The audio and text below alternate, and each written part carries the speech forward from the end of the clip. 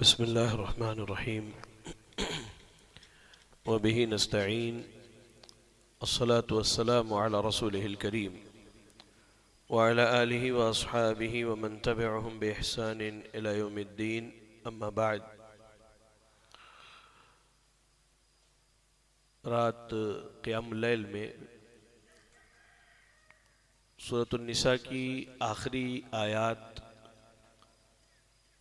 پڑھی گئی اور اس کے بعد جو ہے سورۃ المائدہ کی ابتدا ہوئی۔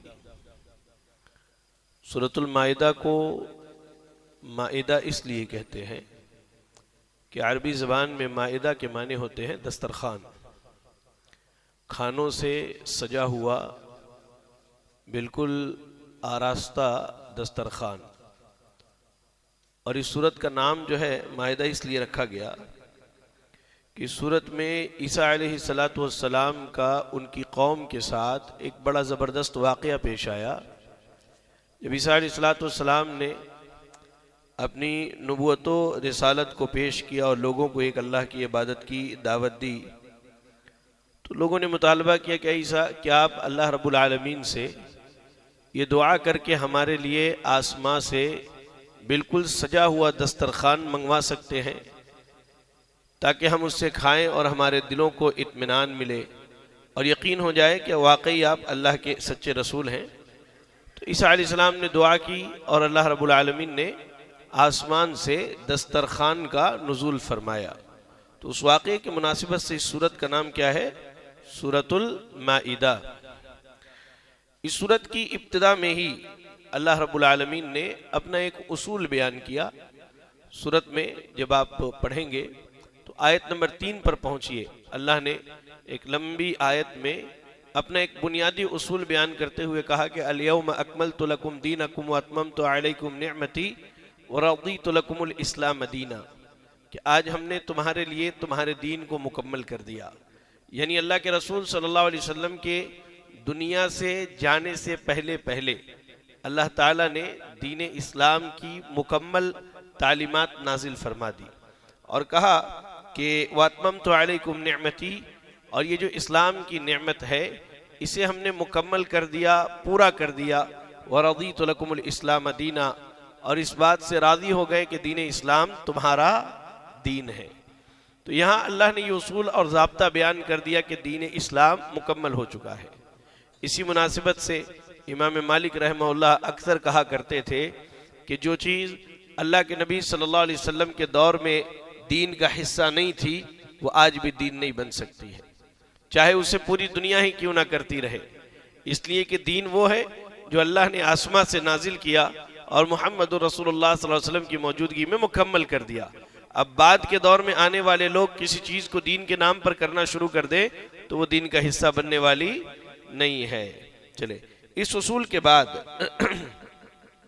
جانوروں کی حلت اور حرمت کا اصول بیان کیا گیا کہ کون سے جانور ہمارے لیے حلال ہیں اور کون سے جانور ہمارے لیے حرام ہیں۔ اللہ رب العالمین نے سورۃ المائدہ کی پہلی آیت میں کہا وَحِلَّتْ لَكُمْ بَهِیمَةُ الْأَنْعَامِ إِلَّا مَا يُتْلَى عَلَيْكُمْ، کہا کہ تمہارے لیے چرنے والے، یہ جو چرتے ہیں، کھاتے پیتے ہیں جانور، چرتے پھرتے ہیں، کہا کہ یہ چرنے والے جانور جو ہے چوپائے تمہارے لیے حلال کیے گئے ہیں سوائے ان کے جو تم پر پڑھے جائیں گے۔ یعنی بعض جانور ایسے ہیں جو حرام ہیں اور ان کی تفصیل اللہ نے سورۃ المائدہ کی آیت نمبر 3 میں بیان کرتے ہوئے کہا حرمت علیکم المیتۃ والدم ولحم الخنزیر وما اہل لغیر اللہ بہ والمنخنقۃ والموقوذۃ والمتردیۃ والنطیحۃ وما اکل السبع الا ما ذکیتم وما ذبح علی النصب وان تستقسموا بالازلام۔ یہ بڑا اصولی آیت ہے، ذرا اس کو غور سے سن لیجیے آپ کہ کون سے جانور حلال ہیں اور کون سے جانور حرام ہیں، اس کا یہاں پر بنیادی طور پر تذکرہ کیا گیا ہے۔ اللہ رب العالمین نے کہا کہ تم پر مردار حرام ہے، وہ جانور جس کا کھانا گرچہ حلال ہے لیکن اگر وہ مر جائے ذبح کیے بغیر تو وہ کیا ہے؟ حرام ہے۔ 2 مردار حلال ہیں، کسی کو معلوم ہے؟ 2 مرے ہوئے جانور حلال ہیں؟ جی ہاں، مچھلی اور ٹڈی۔ ٹڈی یہ چھوٹے چھوٹے پرندے ہوتے ہیں، اگر یہ مرے ہوئے بھی ملے تو یہ حلال ہے، اور مچھلی مری ہوئی ملے تو حلال ہے۔ تو مردار میں سے یہ دو چیزیں الگ ہیں، اللہ کے نبی نے ان کو الگ کیا، ایکسیپشنل آپ نے ان کو بیان کیا ہے کہ سارے مردار حرام ہیں، ذبح کرنے سے پہلے اگر جانور مر جائے تو وہ حرام ہے، لیکن مچھلی ہو اور ٹڈی ہو تو کیا ہے؟ حلال ہے۔ اس کے بعد کہا وَالدَّمُ، اور خون حرام ہے، خون حرام ہے، جیسے جانور ذبح کیا اور خون جمع ہو جائے، گوشت کی شکل اختیار کر لے تو وہ حلال نہیں ہو جاتا ہے، وہ حلال نہیں ہو جاتا سوائے دو خون کے۔ اللہ کے نبی نے کہا الکبد والطحال، کلیجہ اور تلی، جو کلیجہ اور تلی ہوتا ہے یہ خون سے ہی بنتے ہیں، لیکن کیا ہے اس کو اللہ کے نبی نے حلال قرار دیا ہے۔ عام خون اگر جمع کر لیا جائے تو وہ حلال نہیں ہوتا۔ ولحم الخنزیر، اور سور کا گوشت، اسے اللہ رب العالمین نے حرام کیا ہے، گرچہ وہ بسم اللہ پڑھ کے ہی کیوں نہ ذبح کیا جائے، بسم اللہ پڑھ کے ہی کیوں نہ ذبح کیا جائے، سور کا گوشت کیا ہے؟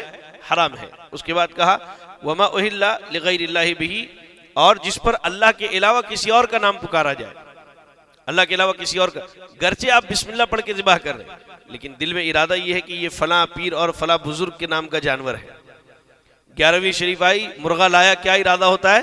یہ شیخ عبد القادر جیلانی کے نام پہ ہم ذبح، شیخ عبد القادر جیلانی کے نام پر ذبح دینے والے ہیں، گرچہ آدمی بسم اللہ پڑھ کے ذبح کرتا ہے۔ وہی کہا اللہ نے وما اہل لغیر اللہ بہ، آدمی کے دل میں جو نیت اور جو ارادہ ہو اسی کا اعتبار ہوتا ہے۔ کہ وما ذبح علی النصب، اور جو قبروں پر آستانوں پر ذبح کیے جائیں، قبروں اور آستانوں پر کوئی بھی جانور، اگر وہاں کوئی قبر ہے یا مشرکین کے میلے ٹھیلے کی جگہ ہے وہاں جا کر کے کوئی جانور ذبح کرتا ہے تو کہا کہ یہ حرام ہے۔ وَأَن تَسْتَقْسِمُوا بِالْأَزْلَامِ، اور جو تم تیروں کے ساتھ قسمت معلوم کرتے ہو۔ پچھلے دور میں تیر 3-4 طرح کے رکھے جاتے تھے اور ایک اٹھایا جاتا تھا اور اس کے بعد اس سے قسمت کے حال معلوم کیے جاتے تھے۔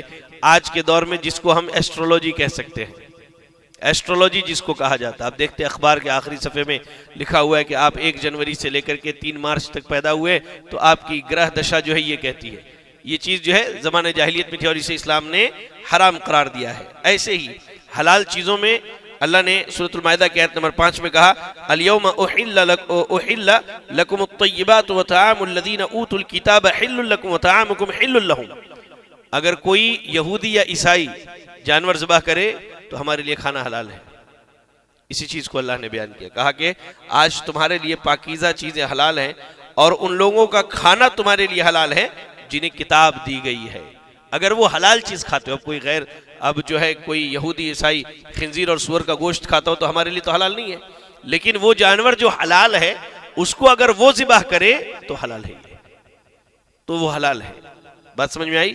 اس کے بعد اللہ رب العالمین نے ایک اور حکم دیا آیت نمبر 5 میں ہی والمحصنات من المؤمنات والمحصنات من الذین اوتوا الکتاب من قبلکم اذا آتیتموہن اجورہن محسنین غیر مسافحین ولا متخذی اخدان۔ بڑی اہم بات ہے، بڑی اہم بات ہے۔ اللہ نے کہا اور مومن عورتوں میں سے پاک دامن عورتیں اور ان لوگوں کی پاک دامن عورتیں جنہیں تم سے پہلے کتاب دی گئی، جب تم انہیں ان کے مہر دے دو اس حال میں کہ تم قید نکاح میں لانے والے ہو، بدکاری کرنے والی نہیں اور نہ چھپی آشنائی بنانے والی۔ اس آیت میں اللہ نے یہ کہا کہ ایمان والوں کی جو پاک دامن عورتیں ہیں وہ، اور ایسے ہی اہل کتاب میں جو پاک دامن عورتیں ہیں جو بے حیائی کرنے والی نہ ہوں، برائی کرنے والی نہ ہوں، بات سمجھ میں آئی؟